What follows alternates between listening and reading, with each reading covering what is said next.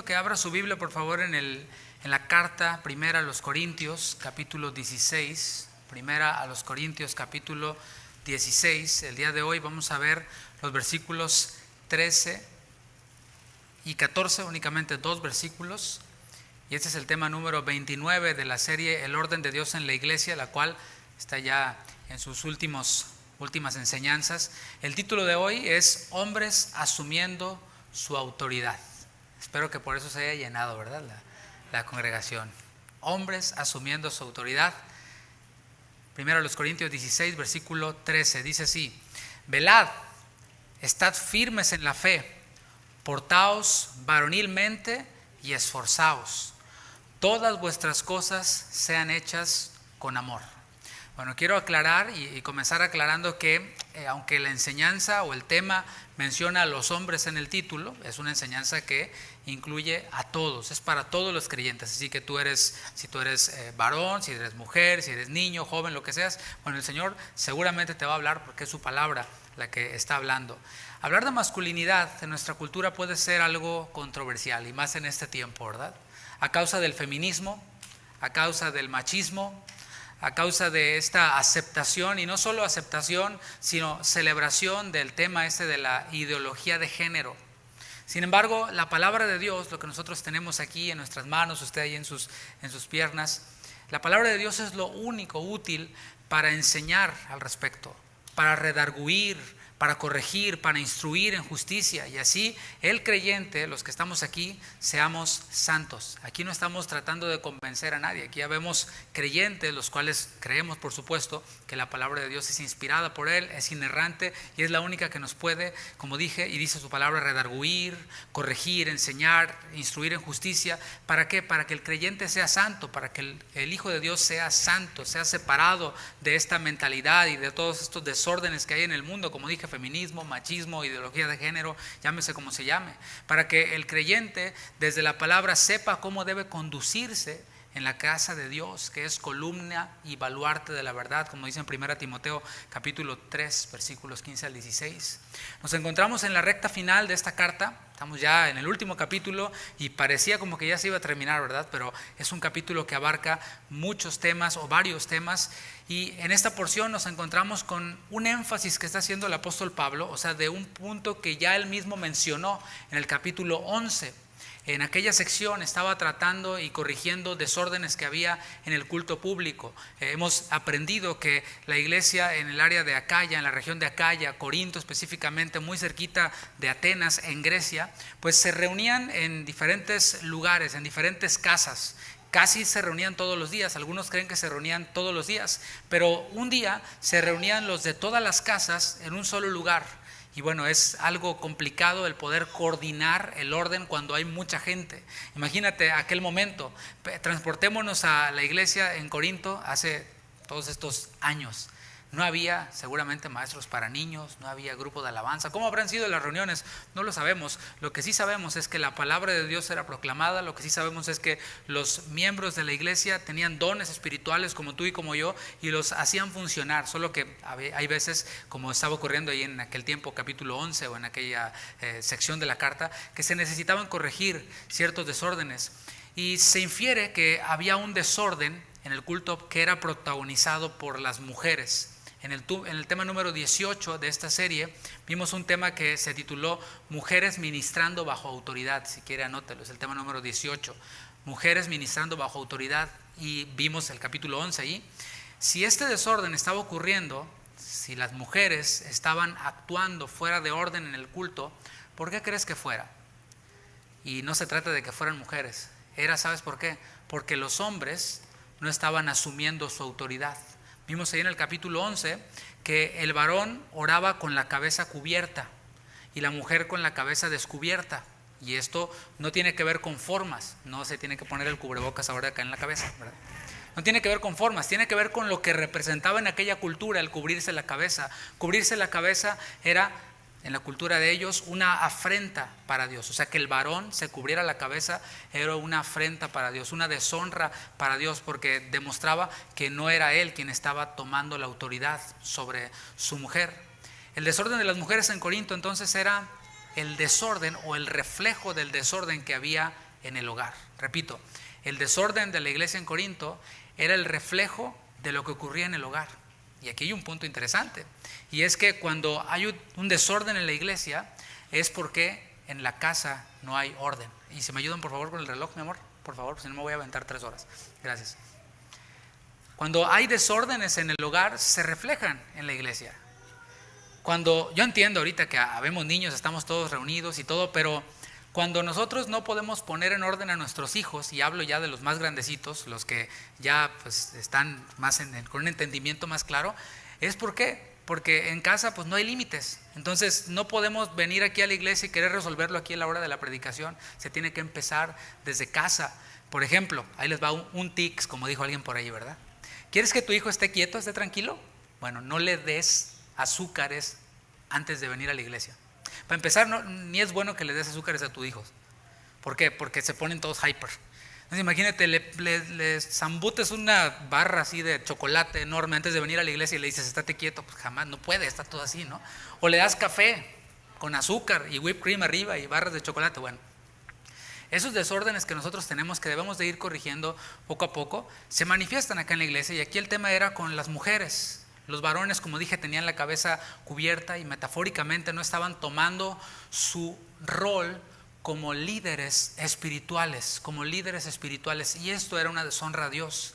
La tarea de la iglesia, mis hermanos, es perfeccionar a los santos para la obra del ministerio, para la edificación del cuerpo de Cristo, según Efesios 4:12. Y la responsabilidad es de cada uno. O sea, no podemos achacarle la responsabilidad a la iglesia, porque por simple sentido común, nosotros tenemos reunión, servicio online el miércoles, reunión general viernes y domingo. Eso, si compite con todas las otras horas de la semana, realmente es muy poco, ¿verdad?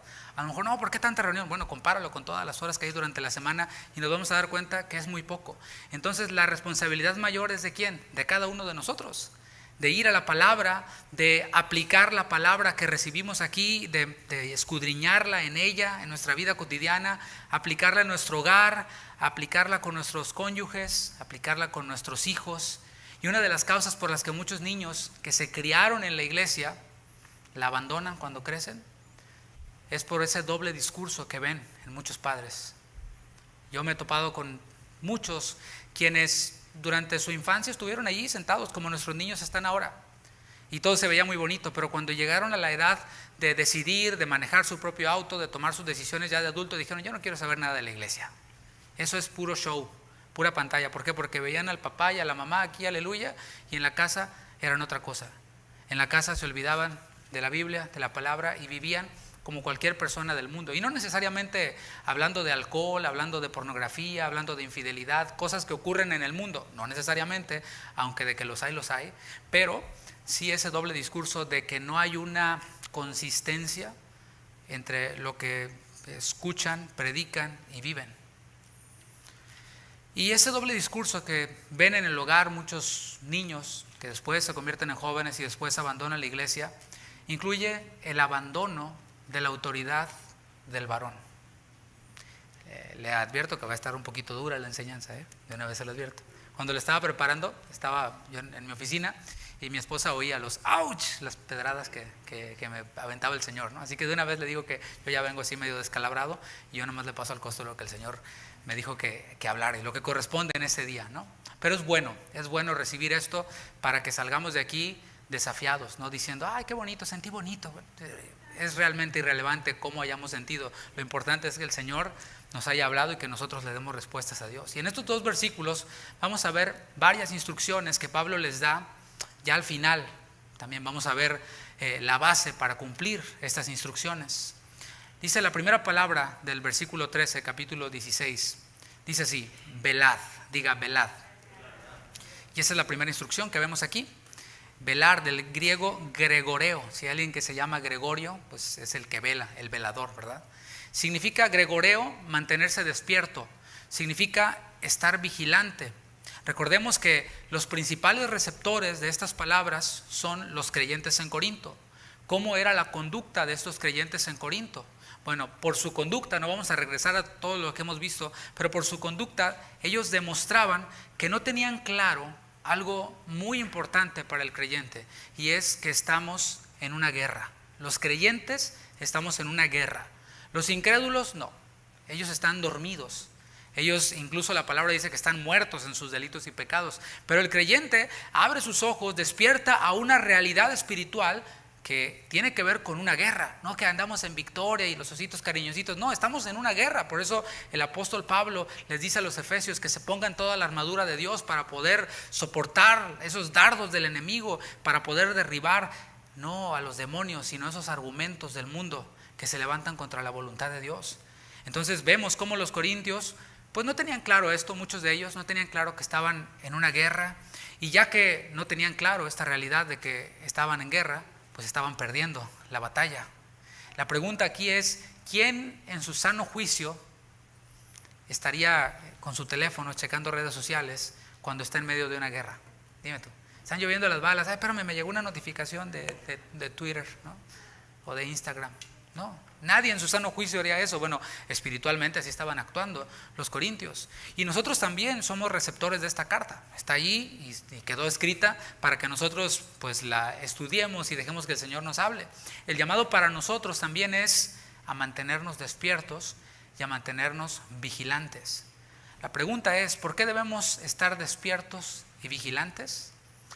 Primeramente porque estamos en el mundo. No sé si ya te diste cuenta. O sea, estos tiempos aquí en la iglesia son maravillosos. Aún así ocurren conflictos entre nosotros los creyentes a causa de nuestra carne y nuestra naturaleza y nuestros errores humanos, etcétera, y el pecado, por supuesto. Pero nosotros estamos en el mundo. Juan 17:18, en esta oración sacerdotal, cuando Jesús estaba orando al Padre antes de ir a la cruz, estaba ya, digamos que rindiendo cuentas al Señor, le dice el Señor Jesús al Padre: como tú me enviaste al mundo, así yo los he enviado al mundo. O sea, que estemos en este mundo es voluntad de Dios para nosotros. O sea, no estamos llamados a aislarnos del mundo. Estamos en este mundo, hemos sido enviados a este mundo con un propósito. Sin embargo, aunque estamos en este mundo, no somos el mundo. Nuestra ciudadanía está en los cielos. Y el versículo 16 de Juan 17, también en esa misma oración, el Señor Jesús previamente dijo: no son del mundo. Dile al que está a tu lado: no soy del mundo. Que quede claro. Como tampoco yo soy del mundo. Y aquí vemos este principio: no somos del mundo, pero estamos en este mundo. Es como un embajador en otro país. El embajador de México, el cónsul de México, pues él está en este país, pero él se sujeta a las leyes de este país, pero está como mexicano. Cuando hablamos del mundo, quiero aclarar que no nos referimos al planeta Tierra, ¿verdad?, al globo terráqueo, sino nos referimos al sistema que opera en este mundo, el cual está bajo el maligno, según 1 de Juan 5:19.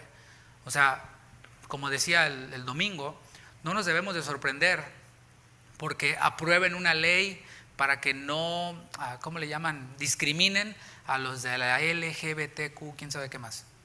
No nos debe sorprender. ¿Por qué? Porque estamos en el mundo. Y el mundo está, 1 de Juan 5:19, bajo el maligno. Eso y más cosas vamos a ver. ¿Por qué? Porque estamos en el mundo y el mundo está bajo el maligno. Nosotros no somos del mundo. O sea, nosotros no los vamos a discriminar, pero tampoco vamos a aceptar lo que ellos tratan de imponer, ni vamos a permitir que se lo impongan a nuestros hijos. Eso es diferente, ¿te fijas? Legalizan el aborto, pero no estamos obligados a abortar. Legalizan la marihuana, pero no estamos obligados a fumarla, ¿verdad que no? El alcohol es legal, pero no estamos obligados a embriagarnos, y así sucesivamente. ¿Por qué? Porque estamos en este mundo. Lamentablemente, en la iglesia en Corinto había un problema, y era que el mundo, el sistema del mundo, la filosofía del mundo se había introducido en la iglesia. Se habrían ellos ya acostumbrado al mal olor de la inmoralidad. ¿Has estado en un lugar donde huele mal? Bueno, huele mal al principio, pero después se quita. Decía un amigo por ahí: respira profundo y se quita el olor. No es que se quite, es que tú ya no lo percibes porque estás ahí inmerso. Bueno, los de Corinto se habían acostumbrado a ese mal olor de la inmoralidad. De hecho, vimos en el capítulo 5 que uno de sus miembros, No un visitante, no un incrédulo que por ahí pasaba y se metió. No. Uno de sus miembros allí en la congregación estaba en fornicación. Y tal fornicación, dijo Pablo, que ni aún se nombra entre los gentiles. Había tomado por amante a la mujer de su padre, a su madrastra. ¿Qué tal? Bueno, ni en las novelas de Telemundo yo creo que sale eso, ¿no? ¿Y cómo estaban reaccionando los de la iglesia en Corinto ante este miembro que vivía de esa forma? Bueno, pues ellos estaban envanecidos, fue lo que dijo el apóstol Pablo. Esa palabra envanecerse, la palabra fusio, que es estar hinchado. Ellos, en vez de lamentarse por el pecado de este miembro y de hacer lo que la palabra dice que se haga cuando un miembro incurre en pecado y vive en pecado, en vez de hacer eso, ¿sabes qué fue lo que hicieron? Pues nada. Dijeron quizás, no, pues nosotros somos bien liberales, nosotros no somos legalistas, nosotros no juzgamos porque ¿quién no peca? Dios ve el corazón y cosas como estas que se dicen por allá, cuando predicadores incluso incurren en pecados inmorales y la gente dice, no, pues es el ungido del Señor. O sea, ¿quién no peca, verdad? Dios ve el corazón y Dios lo usa. Bueno, seguramente así estaban actuando estos hermanos allá en la iglesia en Corinto. Estamos hablando de una iglesia cristiana, ¿eh? En el capítulo 6 vemos que otros de los miembros de la iglesia en Corinto se sentían libres, decían, somos libres en Cristo, somos salvos siempre salvos, y somos libres en Cristo, y somos tan libres que nos podemos meter en los salones de los templos paganos para comernos nuestro buen T-bone, nuestro buen corte de carne sacrificada a los ídolos, lo cual pues no hay nada malo en eso, porque Pablo dijo, un ídolo nada es. El problema era que ya estando ahí en el salón de los templos, afuera de los templos, pues se iban un poquito acercando a la puertita y se asomaban a lo que había adentro, y adentro había prostitutas y prostitutos sagrados que trabajaban ahí en los templos para los dioses. ¿Y qué pasaba? Pues se daban sus escapaditas los hermanitos. Y los miembros de la iglesia, los líderes en la iglesia en Corinto, no hacían nada. Decían, no, bueno, ¿quién no peca, no? Tienes necesidades, ¿verdad? Y tu esposa pues a lo mejor no te funciona muy bien, pues bueno, ahí Dios mira el corazón. Bueno, así estaban actuando esos hermanos de la iglesia en Corinto. El llamado para nosotros es velar. ¿Para qué? Para que no lleguemos a ver lo del mundo como lo normal. Que algo sea común, mis hermanos, no quiere decir que sea normal. Normal es algo que marca una norma, como lo dice la misma palabra. Y algo común es algo que todos hacen, pero eso no quiere decir que sea correcto. En nuestros países de Latinoamérica, voy a hablar por el mío, no quiero hablar del suyo, no vaya a decir que no, en el mío, no es así. Bueno, de donde yo vengo, donde yo nací, los altos, los stop signs, ¿verdad? No son altos, son yo que tú pararía, ¿verdad? Eso es lo que significa ese hexágono rojo que está ahí, ¿no? ¿Sí es hexágono? Bueno, lo ven y se pasan, pero aquí no, ¿verdad? O sea, aquí no puedo ir y pasarme, no, pues allá en mi país no pasa nada, no, acá sí pasa. Entonces el llamado para nosotros es a velar, para que no lleguemos a ver lo del mundo como algo normal, así como les pasó a estos hermanos de la iglesia en Corinto. Otro motivo por el que los creyentes de Corinto debían de velar, de estar despiertos, era por las falsas doctrinas que proliferaban ya desde aquel entonces. Hay quienes dicen, no, es que ahora hay muchos falsos maestros. No, hombre, ya desde aquel entonces. Vemos aquí en Corinto, en Colosas, en Galacia, en Filipos, en cada una de las iglesias que vemos allí, las falsas doctrinas pues empezaban a proliferar. Cuando vemos las iglesias del Apocalipsis, ahí en los primeros capítulos, vemos que una de las reprensiones que hizo el Señor fue que habían tolerado a una mujer Jezabel que hacía a los hombres fornicar y hablaba y enseñaba cosas que eran opuestas a la palabra de Dios. O sea, los falsos maestros, los falsos profetas siempre han existido y van a seguir existiendo hasta que el Señor venga, porque Él así lo dijo. En los últimos tiempos se levantarán muchos y hablarán en mi nombre y dirán, yo soy el ungido. Y así es algo que ocurría, y allí en Corinto estaba ocurriendo esto. Una de esas falsas doctrinas que vimos que empezó a surgir, que se empezó a popularizar, era que la resurrección ya se había efectuado. En otras palabras, ya no va a haber resurrección. Este cuerpo se va a echar ahí al polvo y ya, se acabó todo. Así que pues, la vida es una y hay que vivirla. Comamos y bebamos, disfrutemos, démosle vuelo a la hilacha, porque ya somos salvos y el cuerpo como quiera es malo. Tal doctrina fue aceptada por los corintios. ¿Por qué? Porque coincidía con las creencias griegas. Acuérdate, ellos estaban en Grecia. Y esa doctrina coincidía con lo que los demás enseñaban, con lo que los filósofos enseñaban. Así que ellos, al aceptar esta doctrina, decían, pues ya no nos vamos a ver tan raritos. En estos días me dijo mi hijo que un vecino, al cual ha invitado por acá algunas veces, le dijo, tú eres bien raro, le dijo, tú eres bien raro, sí, y no hay ningún problema. Para los del mundo somos raros. El tema es cuando tratamos de no ser raros y tratamos de adaptarnos a las cosas que ellos hacen y en las que ellos creen y cómo piensan para vernos cool, para vernos en onda, ¿no? Esta doctrina penetró de tal forma que en el capítulo 15 Pablo tuvo que derribarla, recordándoles algo muy básico. ¿Sabes qué? El evangelio. Y les dijo, algunos de vosotros ni creyentes son. Para vergüenza suya lo digo. O sea, el hecho de que alguien esté en una iglesia no quiere decir que sea cristiano. Les dijo, algunos de vosotros no han creído, no han nacido de nuevo, no han creído. Y es una vergüenza que esto ocurra. Así que el apóstol Pablo, quiero decir, les recordó lo que el Señor nos enseñó, y es que Él vino, se hizo hombre, murió en la cruz del Calvario, resucitó al tercer día, y nosotros resucitaremos con un cuerpo nuevo, con un cuerpo glorificado. Si no nos mantenemos despiertos, si no nos mantenemos vigilantes, podemos terminar abrazando falsas doctrinas que nos guíen a comportarnos igual que los incrédulos. Ese es el asunto. Mira, ¿quieres detectar una falsa doctrina así? Nada más ve cómo viven los que la predican y los que la abrazan. Y siempre es así. La falsa doctrina va antes de la inmoralidad y de todo lo que tiene que ver con una vida licenciosa. Vamos a ver una serie, vamos a iniciar una serie ya este domingo, pero ahí te lo dejo de tarea. Aquellos quienes están en falsas doctrinas generalmente viven dobles vidas, o algunos ya de plano ni se esconden, ¿no? ¿Qué viene a nuestra mente cuando escuchamos la palabra velar? No sé si a tu mente venga el velador, que siempre se dormía. Allá en Guadalajara tenemos unos amigos que viven en una de estas comunidades que son con circuito cerrado o cerradas, ¿no? Hay un guardia en la entrada que te deja entrar al fraccionamiento. Pues siempre que íbamos estaba dormido el cuate, ¿verdad? El velador. Teníamos que bajarnos del auto y tocarle la ventana. Ay, es que soy el velador, ¿no? Se salía dormido. Bueno, cuando oímos la palabra velar, inmediatamente lo relacionamos con que es de noche, ¿no? Se vela de noche. De forma natural, cuando es de noche, perdemos la conciencia. Cuando nos dormimos, perdemos la conciencia, perdemos el control del cuerpo, ¿verdad? Aflojamos el cuerpo. Los músculos comienzan a relajarse, y también la frecuencia respiratoria, la frecuencia cardíaca es más lenta. Eso es en la noche. Además, está comprobado que cuando dormimos la actividad cerebral se relaja, y mantenerse despierto en la noche requiere un mayor esfuerzo que en el día. De la misma manera ocurre en lo espiritual. Nuestra naturaleza es perezosa por naturaleza. En las cosas espirituales nuestra naturaleza es así, es perezosa.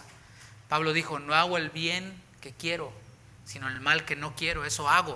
O sea, eso está en mi carne, en nuestra carne está esta pereza espiritual.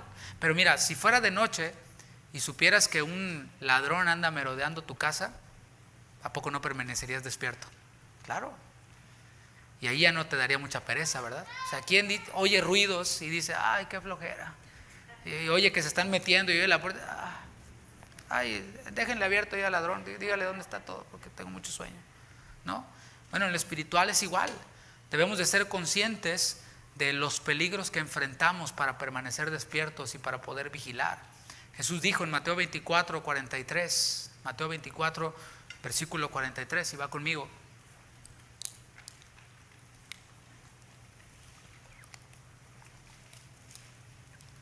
Pero sabed esto, que si el padre de familia, ¿cuántos padres de familia hay aquí? Uy, están muy callados, hermanos. Bueno, y eso que todavía ni entramos a... Que si el padre de familia supiese a qué hora el ladrón habría de venir, velaría y no dejaría minar su casa. Eso es obvio, ¿no? Es parte del sentido común. Jesús lo dijo así, ¿no?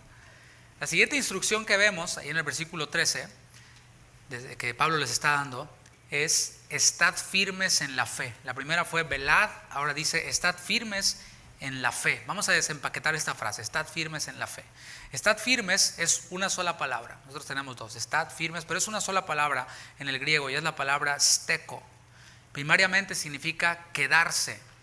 Figuradamente se aplica a permanecer de pie ante algo. Ya nos da una mejor idea, ¿no? Es permanecer de pie ante algo. Por ejemplo, si tú eres delgadito y estás así como en una montaña, en un voladero, y empieza a soplar un viento súper fuerte, ¿qué haces? Te tienes que poner, ¿verdad? Así firme, te tienes que poner duro para que no te lleve el viento y te tire el voladero. Bueno, si lo conectamos con la instrucción que dio anteriormente de velar, la instrucción de permanecer firmes cobra más sentido. ¿Por qué? Porque alguien puede estar despierto, completamente despierto, pero no estar firme, y el viento se lo lleva, o la corriente del agua se lo lleva. Ahora, muchos pueden mantenerse firmes, pueden mantenerse de pie en sus propias convicciones, en alguna filosofía o en alguna causa. Por ejemplo, los defensores de este movimiento LGBT, que conocemos, que se le añaden más cosas, se han mantenido firmes. ¿Sabes desde cuándo? Desde 1928. Esto no fue algo que surgió así, pum, de repente. Desde 1928 crearon ellos en Berlín un comité científico humanitario. Y a pesar de la oposición, ellos lograron eliminar el artículo 175 del Código Penal alemán, que este artículo convertía la homosexualidad en algo ilegal. Pero ellos se mantuvieron firmes y lograron eliminar este artículo. Tenemos también, por ejemplo, a un personaje llamado César Chávez, ¿sí lo has oído? De aquí, de Estados Unidos, quien se mantuvo firme, se mantuvo de pie también, defendiendo los derechos de los campesinos aquí en Estados Unidos. Pero Pablo está instando a los creyentes de Corinto a que se mantengan firmes ¿en qué? No en una causa ni en una filosofía, sino en la fe. La fe tiene que ver con las verdades esenciales del cristianismo. ¿Las conoces? Hay cosas, mis hermanos, en la Biblia, de doctrina, que son secundarias. Todo lo que tiene que ver con formas es secundario. ¿Cuántos miembros tiene que haber en la alabanza? ¿Qué estilo? ¿Qué canciones? Eso no está en la Biblia. La cena del Señor debe ser con jugo de uva. ¿De qué marca? ¿Del Jumex? ¿O con vino? ¿Con vino de normal, vino de mesa? ¿O con jugo de naranja? ¿O cómo? O sea, todo eso son formas. ¿Cada cuánto se debe de celebrar la Santa Cena? ¿Cada semana? ¿Cada mes? ¿Cada año? Todo eso son formas y es doctrina secundaria. No en sí misma la Cena del Señor es doctrina secundaria, pero la forma de realizarla es algo secundario. Pero hay cosas que son esenciales, que no son negociables. Y esto es de lo que estamos hablando y eso es lo que Pablo les está diciendo. Porque ellos se habían mantenido firmes en cosas secundarias y habían olvidado las esenciales. Las esenciales no son negociables. Por ejemplo, una de ellas, que Cristo 100% Dios y 100% hombre. Esa es doctrina esencial.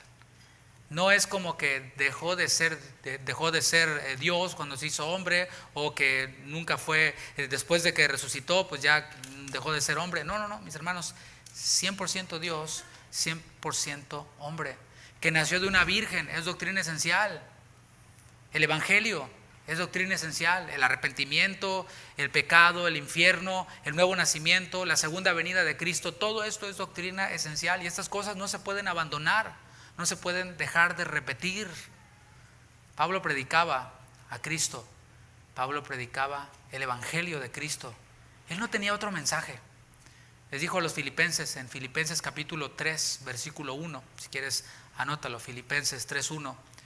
Fíjate lo que les dijo Pablo. Por lo demás, hermanos, gozaos en el Señor. A mí, dice Pablo, no me es molesto el escribiros las mismas cosas y para vosotros es seguro. Pero hoy, así como en tiempos de Pablo, muchos se han cansado de escuchar el mismo mensaje. Otra vez que Cristo resucitó y que Cristo murió y la cruz y el pecado, el infierno, lo mismo. Otra vez, se cansaron. Muchos se han cansado también hoy de escuchar el mismo mensaje, el mismo evangelio, aunque Pablo dijo que no hay otro y la palabra dice que no hay otro evangelio. Y cansados de escuchar las mismas cosas, bajan la guardia. Eso ya me lo sé. Y se vuelven a las fábulas, se vuelven al show, se vuelven al emocionalismo. Se le da más énfasis hoy en día a, ¿sabes qué? A la música. y a un mensaje cargado de testimonios emotivos. Vamos a aprender los domingos cómo debemos de analizar un mensaje, si se está hablando la palabra o si el predicador está hablando de sus experiencias, si está hablando de testimonios, si se la pasa criticando a otros. Sí, vamos a ver todo eso, porque no nada más porque dice aquí la etiqueta sana doctrina ya lo es. No, hay que checar la fecha de caducidad, ¿verdad?, del producto que vamos a consumir, hay que checarlo. Bueno, hoy en día se le da más énfasis a la música. Y te está hablando un músico de profesión. O sea, yo estudié esto y me dediqué a esto toda la vida. Pero en la Biblia no vemos que el énfasis sea la música. La música no es un fin, es un medio. Pero hoy, olvidando las mismas cosas, cansados de las mismas cosas, pues la gente se está volviendo al show, a un mensaje cargado de emociones, y mientras más grite y llore el predicador, sentí más bonito, estuvo más poderoso. Bueno, otros, cansados de escuchar las mismas cosas, bajan la guardia y se vuelven a las filosofías. No hay doctrina bíblica en muchos lugares. No hay doctrina bíblica. Lo que hay es la defensa de los puntos del reformador favorito. Muchos a eso le llaman el evangelio. No, es que los puntos de este reformador, eso es el evangelio. Órale. Pues todos los que vivieron antes de la reforma y antes de ese reformador, todos se perdieron, porque hasta entonces llegó el evangelio. Fíjate hasta dónde llega ese asunto. Otros se vuelven al sensacionalismo, se la pasan adivinando o especulando quién es el anticristo ahora. En vez de exaltar a Cristo, se vuelven a estar especulando y adivinando quién será el anticristo. Otros, cansados de las mismas cosas, bajan la guardia y abrazan la controversia de cosas secundarias. La mujer puede ser pastora, la mujer puede enseñar, que si la Navidad es pagana, que etcétera, etcétera, etcétera. Todo ese tipo de cosas controversiales. Que si la salvación se pierde o no se pierde, y ahí se la llevan. En muchos lugares, en muchos púlpitos, ese es el tema. No hay enseñanza bíblica, lo que hay es puro tema controversial, y a la gente le encanta el argüende, le encanta la controversia y todo esto. La iglesia, mis hermanos, como dice la palabra, es columna y baluarte de la verdad, no de esas cosas que dije, emocionalismo, filosofía, formas, cosas secundarias, etc. Está llamada la iglesia a perfeccionar a los santos para la obra del ministerio, es lo que dice Efesios 4:14, para que ya no seamos niños fluctuantes. ¿Verdad? Eso le encajaba muy bien a los corintios, pero nos encaja también hoy en día. Para que ya no seamos niños fluctuantes, que andamos en la montaña rusa de las emociones cristianas. Hoy ando arriba, hoy ando abajo. Arriba, mañana a lo mejor ando abajo. Y ya llevo 2 semanas arriba, pero cuidado porque la otra semana me toca abajo. Y así. Oye, ¿y el brother? No, pues brilló por eso. Ni me contesta el teléfono ni nada porque anda abajo ahorita. Bueno, pues ya vamos a esperar a que pase algo para que suba. Bueno, para que ya no seamos niños fluctuantes. O sea, ese es el propósito de la iglesia, de los 5 ministerios, llevados por doquiera de todo viento de doctrina. Así son los niños fluctuantes. No, que ahora que la resurrección ya se efectuó, y ahora no, que la mujer sí puede predicar, y ahora no, que el anticristo ya vino, y etcétera. Por estratagema de hombres que para engañar emplean con astucia las artimañas del error. Lo que resulta de todo esto, de esta infancia o de esta infancia fluctuante, resulta es que no hay una firmeza en la fe, no se mantienen firmes, no se mantienen de pie, y los vientos de la falsa doctrina derriban a los creyentes y los dejan en un estado de permanencia en la niñez espiritual. Eso es lo que ocurre cuando la iglesia no toma su lugar de perfeccionar a los santos para la obra del ministerio. Por eso Pablo les da la siguiente instrucción en nuestro texto base, ahí en 1 Corintios 16:13.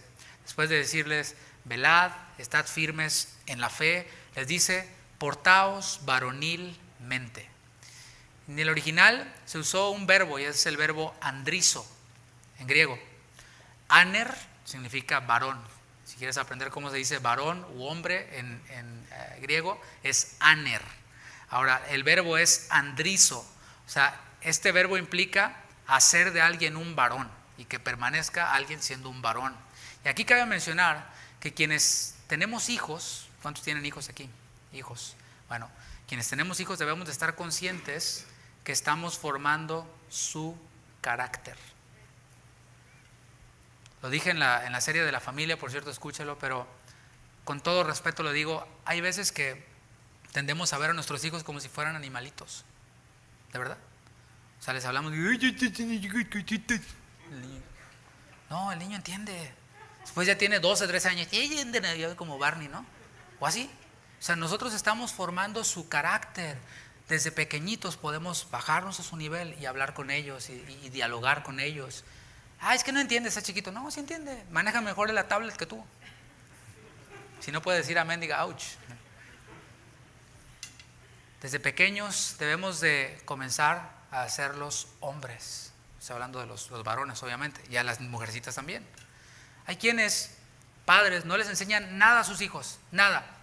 Eso sí, les dan todo lo que no tuvieron ellos en el rancho, etcétera. Les dan la tablet, les dan los Jordans, todas las colecciones y todo, juegos, todo lo que quieras. Pero nunca pasan tiempo con ellos, nunca los forman a ellos. No les enseñan nada a sus querubines. No se vayan a romper la espalda recogiendo los calcetines tirados del piso. Y luego esperan, así como que por arte de magia, cuando llegan a ser adolescentes o jóvenes, que sean responsables, puntuales, trabajadores, ordenados, respetuosos. Pues ¿cómo? Si nunca les enseñamos. Bueno, lo mismo aplica para las mujercitas, ¿no? Analicemos por un momento la sociedad en la que vivimos. Por un momentito nada más. Esta sociedad ataca el machismo, ¿cierto? O sea, no, el machismo. Pero por otro lado, aunque promueve el feminismo, por otro lado, los artistas de música urbana cantan canciones y proyectan videos y producen videos que denigran a la mujer y la promueven como si fuera solamente un objeto para el placer. ¿Te fijas? Esa es la sociedad en la que vivimos. Y las mismas mujeres que defienden el feminismo son fans de todos esos artistas urbanos. Bueno, la Biblia no se adapta a la cultura. El Señor sigue diciendo en su palabra, compórtense como hombres. Sigue diciendo, sigue vigente, no cambió. No es que ahora se ponen las cejitas así, ¿no? Bueno, compórtense como hombres, sigue diciendo la palabra.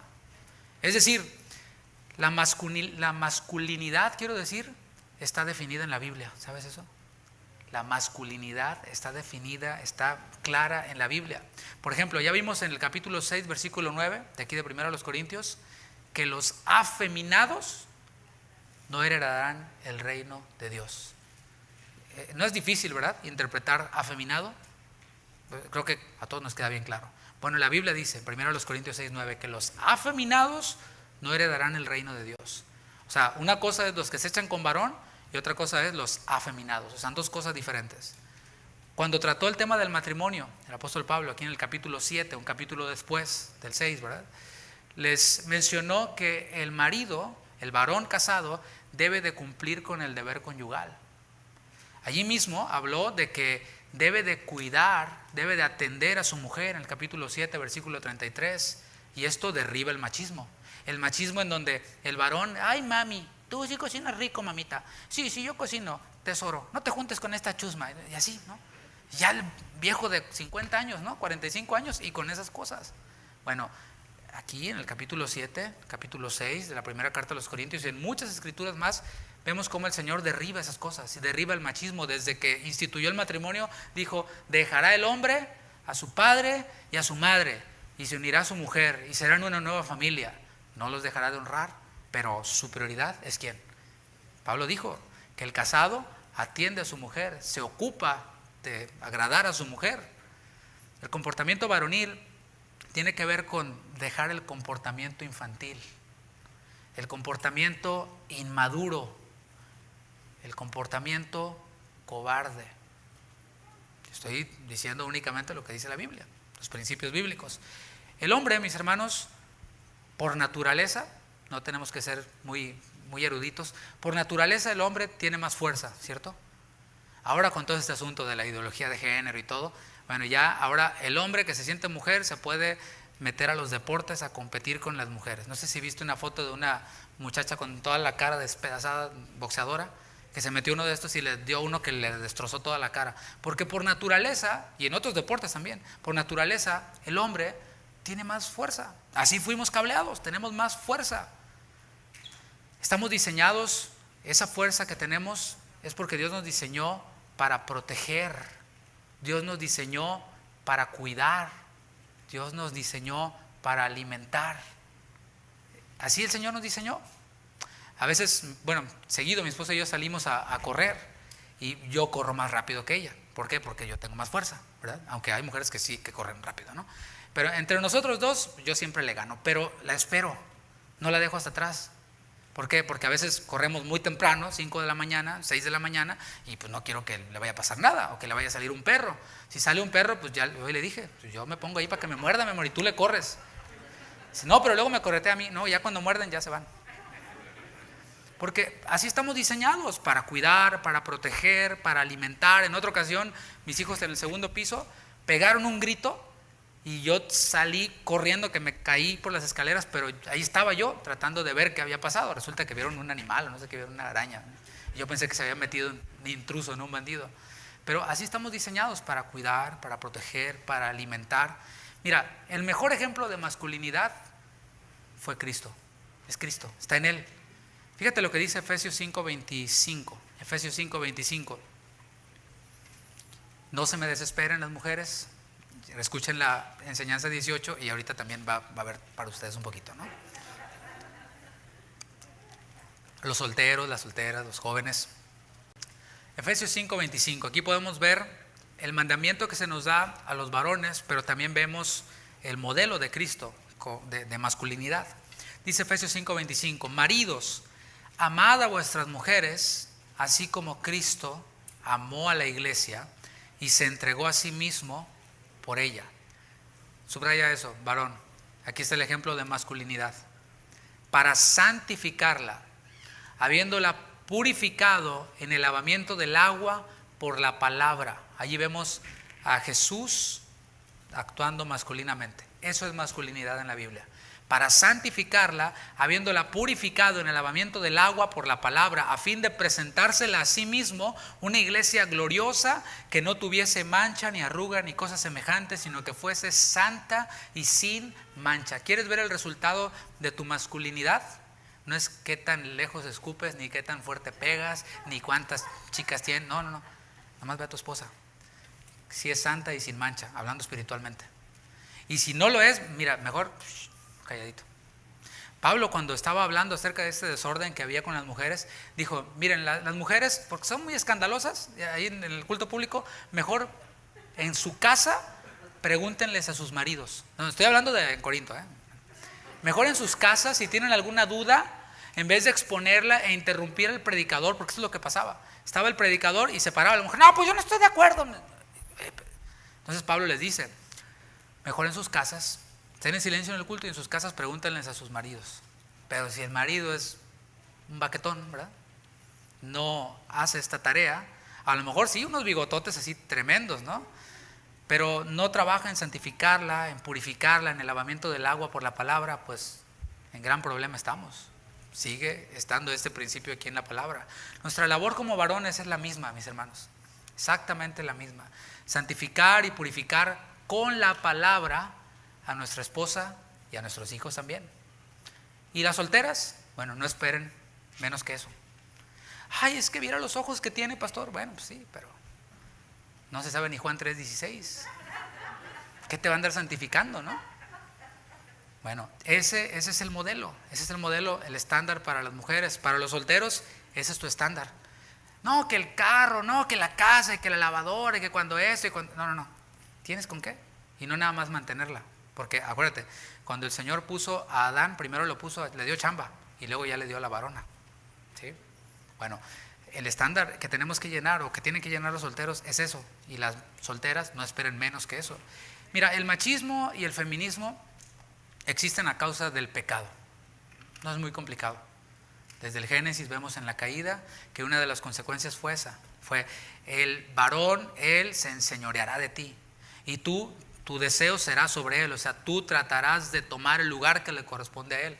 Eso es consecuencia del pecado. O sea, machismo, feminismo es resultado del pecado. El varón, de alguna forma, renuncia a la autoridad que Dios le dio.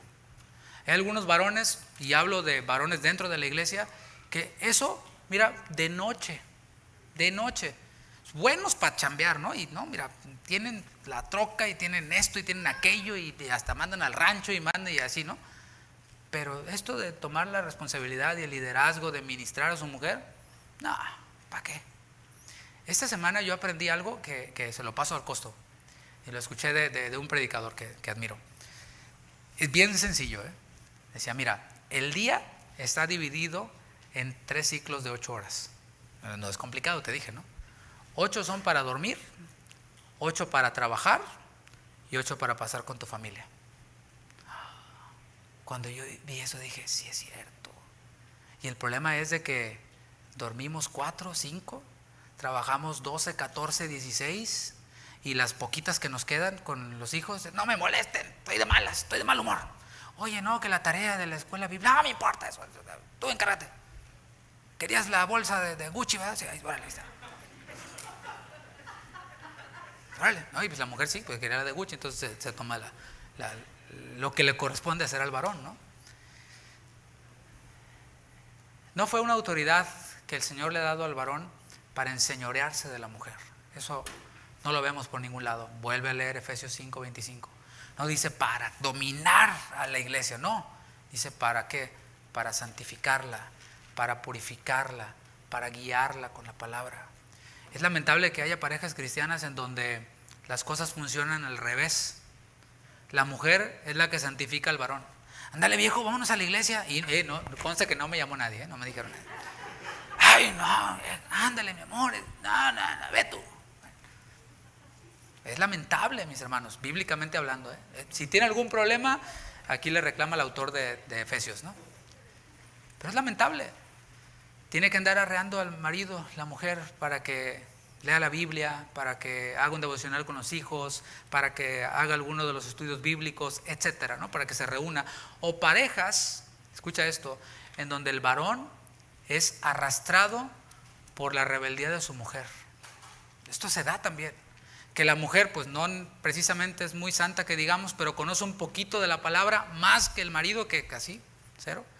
Y el marido es arrastrado por la rebeldía de su esposa. ¿Por qué? Porque no ha asumido su responsabilidad. En vez de, está viendo que lo que su esposa está haciendo, el camino que está tomando dentro de la iglesia no está bien, pero como no tiene con qué respaldar, ni nunca ha tomado su autoridad, y quizás tenga hasta un mal testimonio, pues no le queda de otra más que darle gusto a su esposa en sus rebeldías. En la Biblia podemos ver que las expectativas de un líder espiritual, estoy hablando líderes en la iglesia, y estas expectativas, por cierto, no son solo para los líderes. Los líderes modelamos, somos ejemplo para el resto de la congregación. Entonces, no es expectativa exclusiva para los líderes. ¿Sabes cuál es una de estas expectativas? Según 1 Timoteo 3, versículo 4, ve allí. Y cuando la leas, no pienses nomás en el pastor o en los líderes, piensa en ti. Y líderes, pues ocupémonos en esto, ¿verdad? Ahora sí, aquí les hablo directamente a los que somos líderes. Fíjate lo que dice 1 Timoteo 3, versículo 4.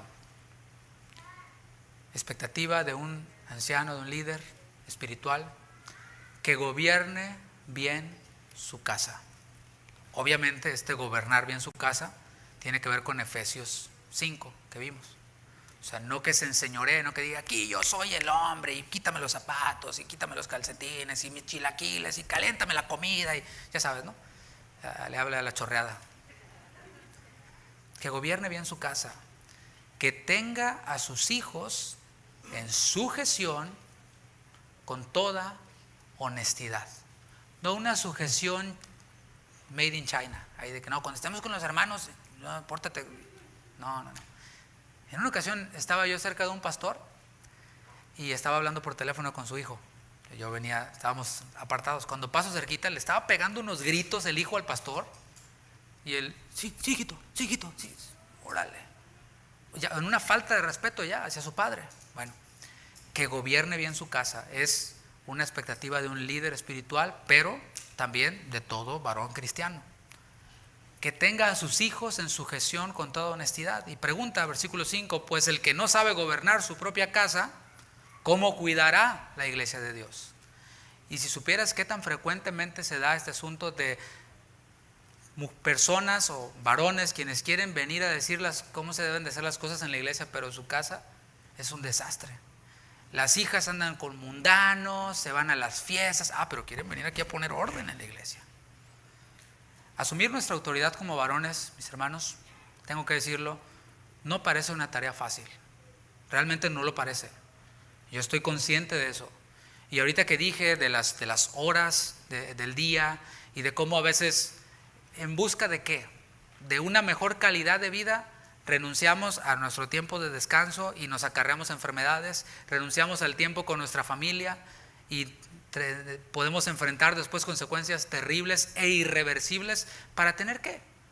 Para tener una troca más nueva o más grande, o para tener una casa en un mejor vecindario, o para qué.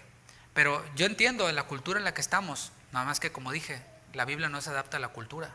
El Señor sigue mandando esto y puede parecer difícil porque vivimos en un mundo ocupado, en una ciudad grande. Hoy el tráfico, ¿qué tal? Sí supieron que vino el presidente, ¿verdad? Andaba por aquí. Me habló, le dije, no, voy a predicar. No, es para que se relaje tantito. Pero vivimos en una ciudad ocupada, en una ciudad difícil y grande, con mucho trabajo. Y la verdad es que no es fácil. Todo esto que vemos no es fácil. Pero si fuera fácil, cualquiera lo haría, ¿no? Por eso requiere de un esfuerzo, requiere de que velemos, requiere de que estemos firmes en la fe, requiere de que nos portemos como hombres y las mujeres como mujeres. Y esa es la instrucción que Pablo les da. Es interesante que va vinculada con portarse varonilmente. O sea, primero dijo, velad, estad firmes en la fe, luego dice, pórtense como hombres, y luego les dice, y esfuércense. Esfuércense en que no se cansen de portarse varonilmente.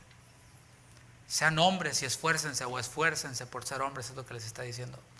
Hay que esforzarse para separar tiempos de oración en un día ocupado, ¿no? En un día después de mucho trabajo, mucho estrés, mucho tráfico, etcétera, requiere de un esfuerzo. Hay que esforzarse para estudiar la palabra, para ministrar a nuestra esposa, para ministrar a nuestros hijos. Requiere de tiempo y requiere de esfuerzo también. Cuando he tenido que tratar situaciones directamente con mujeres, ¿sabe qué? Yo casi siempre junto a los dos y le digo, ¿y tú, varón? ¿Qué piensas? Y se sacan de onda, ¿no? Porque pensaban que ellos nomás estaban ahí como de mueble, ¿no? Esperando que yo les dijera, no, o sea, ¿tú qué le has dicho? Pues no sé, los agarra uno de bajada. Bueno, requiere de un esfuerzo estudiar la palabra y decir, mi esposa está fallando en esto, entonces voy a buscar qué es lo que dice la palabra y con amor, ahorita vamos a ver, le voy a decir con la palabra y le voy a enseñar con la palabra. Hay que esforzarse para no dejar de congregarse después de una larga jornada laboral, después de una larga semana laboral. Hay que esforzarse. Pero Cristo, mis hermanos, es el que nos fortalece. ¿Qué tal? Ahí como que sí encaja, ¿no? Todo lo puedo en Cristo que me fortalece. Ahí se encaja. No para la troca, porque luego a veces, no, quiero la troca y todo lo puedo en Cristo. Y no le hace que trabaje overtime y que no, ni duerma, pero todo lo puedo en Cristo. A veces tenemos todos cruzados los cables, ¿no? Ahí sí podemos decir que todo lo podemos en Cristo, quien nos fortalece. Él nos dice, esfuércense, y Él nos fortalece. Él es nuestra fortaleza. Recordemos lo que le dijo Isaías, o lo que dijo Isaías en Isaías 40:29. Ahí te va, varón, que a lo mejor ahorita te cayó el saco, ¿verdad? Nos dijo el otro. A todos nos pegó de alguna manera, ¿eh? Así que todo bien. Y nos cayó la pedrada y decimos, sí hay que hacer ajustes, no está fácil, pero Isaías 40:29 nos dice el Señor a ti y a mí, Él da esfuerzo al cansado y multiplica las fuerzas al que no tiene ningunas. ¿Cuántos dicen gloria a Dios por eso? Nos da fuerzas, pero no para que descansemos y al otro día seguir en nuestra vida de afán y de afán y de afán y de afán, sino para que seamos hombres, que nos portemos varonilmente. Cuando el hombre asume su autoridad, mis hermanos, tiene mucho más posibilidades de que toda su familia venga a Cristo. Repito, cuando el hombre asume su autoridad, hay mucho más posibilidades de que su familia se entregue a Cristo. Recordemos en el libro de los Hechos, voy a decirlo así súper rápido, voy a irme al punto. En aquel momento Pablo y Silas fueron encarcelados, empezaron a adorar a Dios, el Señor hizo un milagro, se abrieron las puertas, se soltaron las cadenas, se rompieron las cadenas, llega el carcelero, que era el encargado de cuidarlos a ellos, y cuando ve las puertas abiertas dice, no, mejor aquí agarro la espada y aquí me mato porque esto me va a ir mal, me van a torturar, entonces mejor aquí me mato yo. Porque él pensaba, los presos se fugaron. Entonces Pablo cuando lo ve, le dice, no lo hagas, aquí estamos todos, no lo hagas. Entonces cuando él ve eso dice, a ver, eso estaban cantando, que Dios y esto, se abren las puertas, se sueltan las cadenas y se quedan aquí, sí, porque no eran el Chapo Guzmán, no eran criminales. No, ellos no estaban ahí por criminales, ellos estaban ahí porque el Señor le había mostrado a Pablo en visión a un varón macedonio que le decía, ven, ayúdanos. Y Pablo estaba allí esperando a que el Señor obrara. Así que cuando ve esto, dice, ¿qué tengo que hacer para ser salvo? Entonces Pablo le dice, cree en el Señor Jesucristo y serás salvo tú y toda tu casa. Le está hablando al varón. Y la casa generalmente de los carceleros estaba allí mismo en la cárcel. ¿Y qué crees? Así pasó. Él creyó y toda su casa creyó. Mira, un estudio reveló esto. Cuando el padre de una familia viene a Cristo primero, hay un 93% de posibilidades de que toda la familia se convierta. 93%.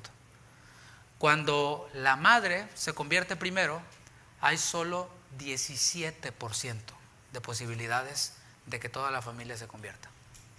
Cuando los hijos se convierten primero, hay solo un 3.5% de posibilidades de que toda la familia se convierta. Esos son estudios comprobados y coinciden con lo que la palabra dice. Por eso el Señor le dice a los hombres, pórtense varonilmente. Por eso vemos al carcelero y este ejemplo. Al principio dije que esta enseñanza no era exclusiva para los varones, que es para todos, ¿verdad? A los varones el consejo es, el mandamiento es, esfuércense por ser hombres de verdad según la palabra. A las mujeres, esfuércense por ser mujeres de verdad según la palabra. Ya vimos tema 18 de esta serie. Estar sujeta al varón, no sujeta, sino en sujeción al varón, ¿verdad? Los de México entendieron eso. Y a todos, incluidos los niños, los jóvenes, esfuércense por dejar la inmadurez espiritual, por dejar de ser fluctuantes. Volviendo con los varones, ser varonil no implica ser insensible, ser áspero, ser un vikingo, no. La siguiente instrucción de Pablo tiene que ver con eso. Fíjate lo que dice el versículo 13, ya para ir finalizando. Después de decirles, velen, estén firmes en la fe, pórtense como hombres, esfuércense, les dice, versículo 13, todas vuestras cosas sean hechas con amor. Ahí es donde está el equilibrio. Por si alguien empezaba a sentirse acá el Tarzán, ¿no? Bueno, todas vuestras cosas sean hechas con amor. Ya dedicó todo el capítulo 13, ya lo vimos, para hablar del amor. Ya lo vimos. Y ese amor tenía que ver con los dones espirituales, pero aquí vuelve a mencionar esta palabra ágape. No es la palabra estorges en griego, no es la palabra eros en griego, es específicamente la palabra ágape, que es ese amor que Dios mismo nos ha dado. El amor que Dios nos ha dado no es un amor sentimental. El Señor se sentía bonito y dijo, ay, qué bonitos mis niñitos, los voy a amar. No merecíamos ser amados por Dios. Lo que merecíamos y seguimos mereciendo es la muerte, o sea, por nosotros mismos. Pero el Señor envió a su Hijo y aquellos quienes hemos creído, el Señor ve a Cristo en nosotros. Ahí es donde podemos ver ese amor incondicional de Dios que se manifestó no en emociones ni en sentimientos, sino en acciones concretas. Allí vemos el amor del Padre. ¿Y cómo vemos el amor del Hijo hacia su iglesia? Purificándola por el lavamiento del agua con la palabra. Y de igual manera es lo que se nos está mandando a los varones. Se nos manda a amar a nuestras esposas así. Y eso se extiende para todos los creyentes, a quienes se nos mandó en el capítulo 15, versículo 58, a que trabajemos y crezcamos en la obra del Señor. Eso va para todos, no solo para los varones. Y dice aquí, todo lo que hagáis, incluido lo que hacemos en la obra del Señor, todo lo que hagáis, hacedlo con amor. Podríamos hablar muchísimo acerca de esto, hablando de la obra del Señor, hablando de lo que tiene que ver con la iglesia. Lo que hacemos en la obra del Señor no debe de ser por obligación. Pues ya que me toca, ¿no? Imagínate, me toca predicar, pues ya, hermano, ¿saben la Biblia? ¿No? Bueno, aunque no lo creas, muchos sirven en otros ministerios así. Y no estoy hablando aquí entre nosotros, gracias a Dios no es así. Pero lo que hacemos se nos manda a hacerlo con amor, no por obligación, no porque el otro se lo merezca. Si no, lo sugieres, no le voy a dar la bienvenida, ese no se lo merece, es un malagradecido. No es porque si lo haces con amor como el Señor te amó a ti, vas a tomar la milla extra y a poner la otra mejilla, y si te voltea la cara, no le tomes en cuenta ese pecado, Señor. Es lo que hizo Esteban, ¿no? No para recibir algo a cambio. O sea, hacerlo por amor implica no para recibir algo a cambio, sea lo que sea, sea reconocimiento, sea dinero, sea lo que sea, sino ¿por qué? Porque hemos experimentado el amor de Dios en nuestras vidas. Solo así podemos hacer todo lo que hacemos con amor. Ya vimos que Pablo dijo que de nada sirve tener todos los dones, de nada sirve hablar en lenguas humanas, angélicas y mover montañas. Si no hay amor, es más que ruido que molesta. Para concluir, el buen funcionamiento de la familia, el buen funcionamiento de la iglesia, porque recuerda, la iglesia mayoritariamente está formada por familias. Entonces, si la familia funciona bien, ¿qué crees que va a pasar con la iglesia? Por eso estos temas son importantes. O sea, a mí como pastor, a los líderes, a todos quienes servimos aquí en esta iglesia, nos interesa que los varones se porten como varones de verdad, según la Biblia. Porque si esto ocurre, mis hermanos, hay 93% de posibilidades de que toda la familia sea una familia santa. ¿Y qué crees que va a pasar? Un creyente que es santo les predica a otros. Y si uno se gana a uno en un año, en un año tenemos duplicada esta iglesia. ¿Te fijas? Y luego todo se lo dejamos al pastor. Oh, no ha habido campaña de salvación y milagros. Y uno ahí bien firme y constante, aquí mira, firme y constante, que el evangelista haga todo.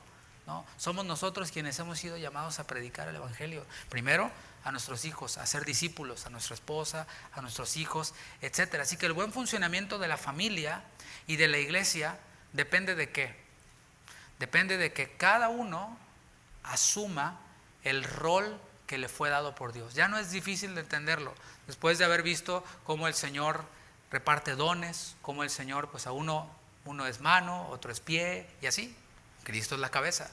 Y de la misma manera, cuando entendemos esto y lo trasladamos a la familia, no hay ningún problema en que la mujer diga, Él es la cabeza del hogar, y se sujete a su esposo. No, pero yo sé más de la Biblia. Bueno, dale chance. Así como te decía que corremos y yo lo espero. Ahí me quedo a veces nomás tantito y ya me alcanza y ahí vamos. Bueno, a veces hay que hacer eso para funcionar dentro del orden. Funcionar el varón como cabeza, sin esconderla como el avestruz. Sin decir, no, yo jalo y tú llévate a los niños de la iglesia. Tú ahí. No, el varón asumiendo esta responsabilidad. Mis hermanos, ¿sabes qué es lo que hace que una predicación sea tremenda? No la manera en la que se comunica necesariamente. Lo que hace que una predicación sea tremenda es que los que la reciben, en el momento en el que la están recibiendo, ya estén apuntando y haciendo planes. ¿Qué voy a ajustar en mi agenda? Ahí es donde está el éxito de una predicación. No se ve de manera instantánea o inmediata. Pablo dijo, yo planté, Apolos regó y el crecimiento lo da el Señor.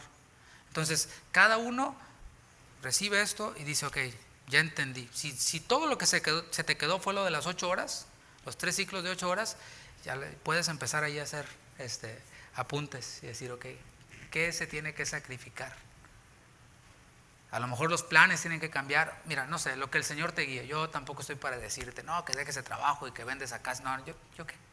Yo soy un siervo inútil nada más que predique el evangelio. Pero cuando funcionamos así como cabeza, cuando la mujer funciona como ayuda idónea, cuando los hijos obedecen a sus padres y cuando todos, por supuesto, están sujetos a la palabra, ¿sabes qué pasa? El carácter de Cristo se empieza a formar en cada uno de nosotros. Y como resultado la iglesia goza de armonía, de paz, hay menos divisiones, hay menos inmoralidades, hay menos problemas. Esa es la clave para que una iglesia sea más santa que otras. Hay iglesias falsas, hay iglesias verdaderas, y dentro de las verdaderas hay unas santas y otras no tan santas. Aquí estamos viendo la de Corinto, que era una no tan santa, ¿verdad? Pero aún así, versículo 1, capítulo 1, primeros versículos, parece que es el 10, dice, a la iglesia de Dios que está en Corinto, llamados a ser santos, o sea, les dice, así como están, son la iglesia de Dios. Pero mis hermanos, ¿para qué tener que recibir el varazo de Dios cuando Él es tan claro en su palabra y nos pone todas las cosas en orden y nosotros obedecemos y podemos gozar de esa plenitud y de menos consecuencias de nuestra desobediencia y de nuestros tropiezos. Así que démosle gracias a Dios por este tiempo, por esta palabra. Señor, muchas gracias. Gracias porque tú has sido fiel para con nosotros. Gracias porque no solo nos dejaste escrita tu voluntad, sino que también con tu comportamiento, con tu carácter, con tu ejemplo, nos dejaste, Señor, la pauta. Señor Jesús, tú veniste a esta tierra, te hiciste como uno de nosotros y dice tu palabra que fuiste sujeto a las mismas tentaciones que nosotros. Tú experimentaste lo que nosotros experimentamos en el sentido de los obstáculos que puede haber. Así que tú te compadeces de nosotros. Dice tu palabra que no eres un sumo sacerdote que no se compadezca de nosotros. Así que tú conoces nuestra situación, tú conoces nuestra debilidad. Y Señor, también nos diste tu espíritu y nos fortaleces. Como dice el profeta Isaías que leímos hace rato, tú das esfuerzo al cansado. Cuando nos debilitamos en nuestro caminar espiritual, tú nos fortaleces. Tú multiplicas nuestras fuerzas. Ahí en tu lugar dile al Señor, Señor, multiplica mis fuerzas. Porque ya no me quedan fuerzas. Pero gracias porque tu palabra viene y me instruye. Tu palabra me confronta, pero a la vez me da los recursos. Tu palabra no es para destruir ni para avergonzar a nadie, sino que tu palabra es para mostrar nuestra condición y después darnos los recursos para entrar a esta guerra. Señor, es nuestra oración que cada vez haya menos niños fluctuantes en nuestra iglesia. Que haya, en vez de niños inmaduros, cobardes, pusilánimes, que haya varones que se ponen ahí en la brecha, firmes, que velan por su familia. Que haya jóvenes que ven esto de tu palabra y que ven el ejemplo de los varones mayores de esta congregación. Y que ven en ellos a tu Hijo Jesucristo, ven en ellos tu carácter, Señor. Y aspiran a eso. No queremos una congregación donde haya jóvenes que aspiren y que anhelen tener la troca que tiene, la camioneta que tiene el hermano, o la casa que tiene, o el trabajo que tiene, sino la familia santa que tiene. Que las jovencitas no busquen únicamente lo superficial, que no busquen únicamente las apariencias o todo aquello que es temporal, sino que vean y busquen varones que se parezcan a ti, Señor, en carácter, varones que puedan purificarlas, enseñarlas, guiarlas. Señor, gracias porque esta congregación está llena de gente joven, de niños. Hay muchos niños, pero Señor, es nuestra oración que estos niños crezcan y que te conozcan. Algunos ya te están conociendo desde ahora y algunos están naciendo de nuevo por la palabra que están recibiendo. Señor, que sus padres puedan darle seguimiento a esa semilla que fue plantada en su corazón. Que no ahoguen la semilla con sus dobles discursos, con sus inconstancias y sus inmadureces, sino que puedan guiarles en tu camino, en tu palabra. En esa congregación hay muchos jóvenes, Señor, que cada joven que está aquí pueda ver esto no como un bonito mensaje, sino como un estándar a seguir. Estas instrucciones se vuelven más reales que nunca, más latentes que nunca, más actuales que nunca. Hoy más que nunca se necesita estar velando, porque nuestro adversario, el diablo, como león rugiente anda buscando a quien devorar. Hoy más que nunca necesitamos estar firmes en la fe, porque muchos falsos profetas han salido por el mundo. Que tengamos claras las doctrinas esenciales, que no nos desviemos de ese propósito tuyo para con tus hijos, y es que seamos santos como tú eres santo. No que seamos sabelotodo como lo son otros. No que sepamos ganar debates, no que sepamos contender y pelearnos por cosas secundarias, sino que seamos santos como tú eres santo. Que así sea, Señor, y de esta manera tu iglesia pueda crecer junto con el mensaje y la enseñanza que se predica. No nos cansaremos, Señor. Yo me comprometí contigo hace años en no cansarme de repetir estas mismas cosas de la forma que sea necesario, pero repetir tu palabra, tu cruz, acerca del pecado, acerca del infierno, acerca de tu voluntad para nosotros. Que así sea, Señor, te lo rogamos. Gracias te damos una vez más, en el nombre de Jesús. Amén. Amén. Mis hermanos, que el Señor les bendiga. Que pasen muy buenas noches.